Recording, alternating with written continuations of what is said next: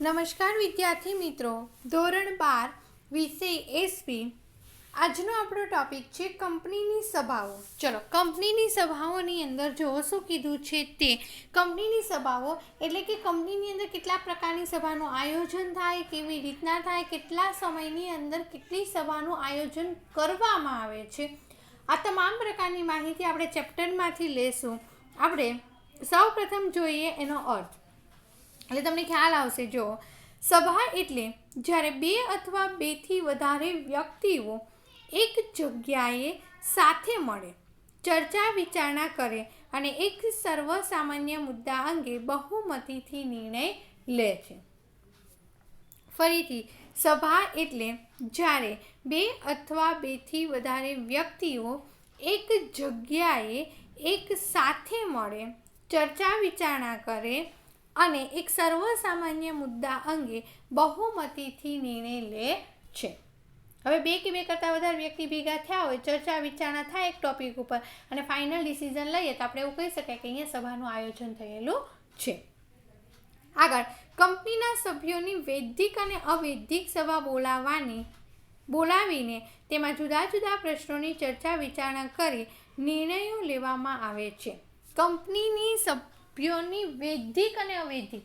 હવે વૈધિક અને અવૈધિકનો મતલબ થાય છે વૈધિક એટલે કે કાયદેસરની અને અવૈધિક એટલે કે ફરજિયાત નહીં, કાયદેસરની નહીં. પેલી વૈધિક હોય ને એટલે ફરજિયાત તમારે સભાનું આયોજન જે સમય કીધું ને સમય કરવાની એટલે કરવાની, અને અવૈધિક એટલે ફરજિયાત નથી. ક્લિયર? ચલો, સભા બોલાવીને તેમાં જુદા જુદા પ્રશ્નોની ચર્ચા વિચારણા કરી નિર્ણયો લેવામાં આવે છે. વૈધિક સભા ચોક્કસ તારીખે, ચોક્કસ સમયે, ચોક્કસ સ્થળે અને ચોક્કસ મુદ્દા કે એજન્ડા પર ચર્ચા વિચારણા કરી નિર્ણય લે તેવું કાર્ય છે. વૈદિકની અંદર બધું ટાઈમ ટુ ટાઈમ થવું જોઈએ અને વ્યવસ્થિત હોય, કારણ કે કાયદેસરની હોય, એને કહેવાય વૈદિક સભા. ચલો, ત્યાર પછી કંપનીની સભાના આપણે અહીંયા પ્રકારો આપેલા છે. એની અંદર કંપનીની સભાના મુખ્યત્વે 3 પ્રકાર છે: શેર હોલ્ડરની સભા, ડિરેક્ટરની સભા અને ખાસ સભા. શેર હોલ્ડરની સભાની અંદર પાછા 3 પ્રકાર પડે છે. પ્રથમ વાર્ષિક સામાન્ય સભા, વાર્ષિક સામાન્ય સભા અને અસાધારણ સામાન્ય સભા. ડિરેક્ટરની સભાની અંદર 2 પ્રકાર પડે: સંચાલક મંડળની સભા અને સમિતિ સભા. ત્યાર પછી ખાસ સભાની અંદર પાછા 3 પ્રકાર પડે: વર્ગની સભા, લેણદારોની સભા અને કંપની વિસર્જન સમયની સભાઓ. ચલો, 3 પ્રકાર અને એના જે પેટા પ્રકાર છે આ બધાની ચર્ચા આપણે કરવાની રહેશે. તો સૌ પ્રથમ લઈએ આપણે શેર હોલ્ડરની સભાઓ. જો એની અંદર કંપનીના શેર હોલ્ડર એ કંપનીના ખરા માલિકો છે, તેથી તેમની સભાઓ મહત્ત્વની છે. કંપની ધારા 2013માં તે અંગેની વિવિધ જોગવાઈઓ કરવામાં આવેલી છે. શેર હોલ્ડરની નીચે પ્રમાણેની સભાઓ થાય છે. એની અંદરનું પહેલું છે પ્રથમ વાર્ષિક સામાન્ય સભા. જો શું કીધું તે, શેર દ્વારા મર્યાદિત જાહેર કંપનીએ ધંધાનું નોંધણીનું પ્રમાણપત્ર મળ્યા પછી આ સભા બોલાવવી પડે છે. ધંધાનું નોંધણીનું પ્રમાણપત્ર મળે પછી સૌ પ્રથમ તમારે પ્રથમ વાર્ષિક સામાન્ય સભાનું આયોજન કરવાનું.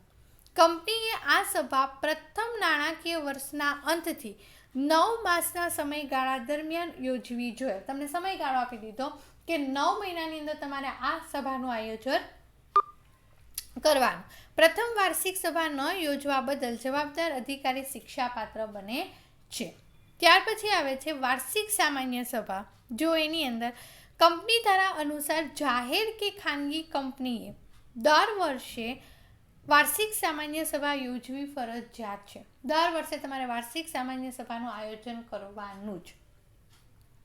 કંપનીએ વર્ષમાં એક વખત આ સભા બોલાવવી પડે છે. 2 વાર્ષિક સામાન્ય સભાઓ વચ્ચે 15 માસથી વધુ સમયગાળો ન હોવો જોઈએ. કેટલો સમયગાળો કીધો છે? 15 માસથી વધારે સમયગાળો હોવો જોઈએ નહીં. ક્લિયર? માનો કે આ વર્ષે મારાથી સભાનું આયોજન નથી થયું, હું આવતા વર્ષે સભાનું આયોજન કરું છું, એટલે મારે ઓલરેડી 12 વર્ષ તો જતા જ રહ્યા, 12 મહિના તો જતા જ રહ્યા. ક્લિયર? વર્ષમાં 12 મહિના તો 12 મહિના જતા રહ્યા, એ વર્ષે મેં સભાનું આયોજન નથી કર્યું. પણ એનો મતલબ એવું નથી કે મારે સભાનું આયોજન કરવાનું જ નથી, કરવાનું છે. પણ પછી નવું વર્ષ ચાલુ થયું એટલે 9 વર્ષના પાછા કેટલા મહિના કીધા? 15. 15 મહિનાથી વધારે સમયગાળો ન હોવો જોઈએ. 12 મહિના જતા રહ્યા, 12 મહિના પછીના 1 કે 2 મહિનાની અંદર મારે આયોજન કરી નાખવાનું. ક્લિયર? આગળ, સભા ધંધાની કામગીરીના ચાલુ સમય દરમિયાન કંપનીની રજિસ્ટર ઓફિસે નોંધવી જોઈએ. ચલો, ત્યાર પછી કીધું વાર્ષિક સાધારણ સભામાં નીચે દર્શાવેલ બાબતો રજૂ કરી નિર્ણયો લેવામાં આવે છે. પહેલું, વાર્ષિક હિસાબો રજૂ કરવાના. બીજું, ડિરેક્ટરનો રિપોર્ટ રજૂ કરવાનો અને ઓડિટર્સનો રિપોર્ટ રજૂ કરવાનો. ત્યાર પછી બીજું છે ડિવિડન્ડની જાહેરાત કરવી, કેટલું ડિવિડન્ડ આપવાનું એ જાહેરાત કરવાનું. ત્યાર પછી નિવૃત્ત થતા ડિરેક્ટર્સની જગ્યાએ નવા ડિરેક્ટરની નિમણૂક કરવાની, કેમ કે દર વર્ષે ડિરેક્ટર નિવૃત્ત થતા હોય એની જગ્યા તો ખાલી નહીં રખાય. આગળ, કંપની ઓડિટરની નિમણૂક અને તેનું મહેનતાણું નક્કી કરવું. હવે કોઈ આપણે ઓડિટર કંપનીની અંદર કામ કરે છે, મફતમાં થોડી ના કરવાનું, મહેનતાણું નક્કી કરવાનું. ત્યાર પછી પ્રમુખ સ્થાનેથી જે અન્ય બાબતો રજૂ થાય તે, એટલી તો ફિક્સ છે જ. પછી પ્રમુખ સ્થાને એટલે કે સભાની અંદર જે બાબત રજૂ કરવામાં આવે તે. ચલો, ત્યાર પછી આવે છે અસાધારણ સામાન્ય સભા. જોઈએ એની અંદર જેવું નામ છે ને એ પ્રમાણની સભા છે. જો કંપની ધારા 2013માં આ અંગેની જોગવાઈઓ કરવામાં આવેલી છે. કંપની સંચાલક મંડળ નીચેના સંજોગોમાં આવી સભા બોલાવી શકે. પહેલું, શેર મૂડી ધરાવતી કંપનીમાં શેર મૂડીના 1/10 કરતાં ઓછાને તેટલા સભ્યોએ માંગણી કરી હોય ત્યાર. જેટલી શેર મૂડી છે એનો 10મો ભાગ કરો, એના કરતાં ઓછી નહીં, પરંતુ વધારે જો માંગણી થઈ છે તો ત્યારે તમારે અસાધારણ સામાન્ય સભા બોલાવવી પડે. બીજું, શેર મૂડી ન ધરાવતી કંપનીમાં તમામ સભ્યોના કુલ મતાધિકાર, આપણે મતથી લઈએ છીએ, વોટિંગ કરીએ છીએ, તો એ મતની સંખ્યાના 10મા ભાગ કરતાં ઓછાને એટલે કે એના કરતાં વધારે સભ્યોની માંગણી આવી હોય, કારણ કે શેર મૂડી તો છે જ નહીં એટલે આપણે વોટિંગ જ કરવું પડે. વધારે સભ્યોની માંગણી આવી હોય ત્યારે અસાધારણ સામાન્ય સભાનું આયોજન કરવું પડે. ચલો, ત્યાર પછી આવે છે ડિરેક્ટર્સની સભા. એની અંદર 2 સભા આવે છે, સંચાલક મંડળની અને સમિતિ સભા. જો એ સંચાલક મંડળની સભા શું કહે છે તે, કંપનીની બાબતમાં બોર્ડ ઓફ ડિરેક્ટર એટલે કંપનીના ડિરેક્ટર્સ સંચાલકનો સામૂહિક એકમ છે, જેઓ કંપનીના સંચાલન અને વહીવટ પર દેખરેખ અને અંકુશ ધરાવે છે. સંચાલક મંડળનું કામ શું છે? તો કંપનીનું સંચાલન કરવાનું, વહીવટ ઉપર દેખરેખ અને અંકુશ રાખવાનું હોય છે. કંપનીની સ્થાપના બાદ 30 દિવસમાં બોર્ડની પ્રથમ સભા બોલાવવી જોઈએ. કંપનીની સ્થાપના કરો એટલે 30 દિવસની અંદર તમારે સંચાલકની સભાનું આયોજન કરવાનું, એટલે 1 મહિનાની અંદર. વર્ષમાં ઓછામાં ઓછી 4 સભાઓ બોલાવવી જોઈએ. બોર્ડની સભા માટે બોર્ડના કુલ સભ્યોની સંખ્યાના 1/3 અથવા 2 ડિરેક્ટર્સ, 2માંથી જે વધારે હોય તે કાર્યસાધક સંખ્યા ગણાય છે. કેવી રીતના કાર્યસાધક સંખ્યા નક્કી થાય? તો કુલ સભ્યોની સંખ્યાના 1/3 જેટલા સભ્યો હશે સભાની અંદર એના 1/3 કરો, અથવા 2 ડિરેક્ટર્સ, 2માંથી જે વધારે આવતું હશે એ કંપનીની સભાના કાર્યસાધક ગણાશે. ત્યાર પછી આજના આધુનિક ટેકનોલોજીકલ યુગમાં ડિરેક્ટર્સ વ્યક્તિગત રીતે સભામાં હાજર ન રહે તો વિડીયો કોન્ફરન્સિંગ કે અન્ય ઓડિયો વિઝ્યુઅલ સાધનોની મદદથી સભામાં હાજરી આપી સહભાગી થઈ શકે છે. સભાના ડિરેક્ટર્સ વિવિધ મુદ્દાઓ પર ચર્ચા વિચારણા કરી બહુમતીથી નિર્ણયો કરી ઠરાવો પસાર કરે છે. આગળ, સમિતિ સભાઓ. કંપનીમાં વિવિધ કાર્યો માટે જુદી જુદી સમિતિઓની રચના કરવામાં આવે છે. એક્ઝામ્પલ આપ્યું છે ખરીદ વેચાણ સમિતિ, નાણાં સમિતિ, નિકાસ સમિતિ, કાયદા સમિતિ, મોનિટરિંગ સમિતિ વગેરેની રચના કરવામાં આવે છે. સમિતિ પોતાને ફાળવેલ કામગીરી પ્રમાણે સમયાનુસાર સભા યોજે છે. અહીં સમિતિના સભ્યો વિસ્તૃત ચર્ચા વિચારણા કરી કંપનીના હિતમાં યોગ્ય નિર્ણય લે છે. ક્લિયર? ચલો, ત્યાર પછી આવે છે ખાસ સભાઓ. એની અંદર જો પહેલું આવે છે વર્ગની સભા. જોઈએ કઈ કઈ સભાનું આયોજન થાય તે. કંપની જુદા જુદા પ્રકારના શેર બહાર પાડે છે. આ દરેક પ્રકારના શેર હોલ્ડર્સના હકો અધિકારો વિશે નિયમન પત્રમાં જોગવાઈ હોય છે. આ જોગવાઈ અનુસાર જુદા જુદા વર્ગના શેર હોલ્ડરની સભા બોલાવવામાં આવે છે.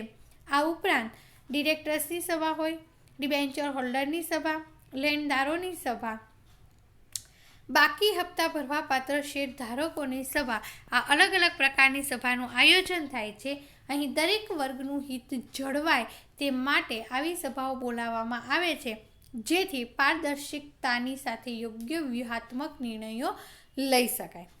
ત્યાર પછી આગળ આવે છે લેણદારોની સભા. જો એની અંદર શું કીધું છે તે કંપનીના લેણદારો સાથે પતાવટ કરવા માટે આ સભા બોલાવાય છે. જ્યારે કોઈ લેણદાર સમાધાનની દરખાસ્ત માટે કોર્ટમાં અરજી કરે અથવા કોર્ટ લેણદારોના વર્ગની સભા બોલાવવાનો હુકમ કરે ત્યારે આવી સભા બોલાવવામાં આવે છે. કોઈ લેણદારની સભાની દરખાસ્ત કરી કે અમારે લેણદારોની સભાને બોલાવો ત્યારે, અથવા કોર્ટે કીધું હોય કે તમારે લેણદારોની સભાનું આયોજન કરવાનું છે ત્યારે. આગળ કંપની વિસર્જન સમયની સભાઓ.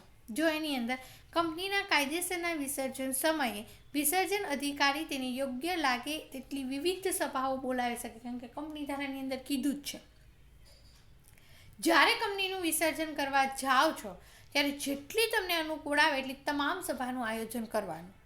પછી લેણદાર હોય, બાકી હપ્તા ભરવા પાત્ર શેર ધારકોની સભાઓ હોય કે પછી કોઈ પણ પ્રકારની સભા હોય, એના ઉપર ચર્ચા વિચારણા કરી અને પછી નિર્ણય લેવાનો રહેશે.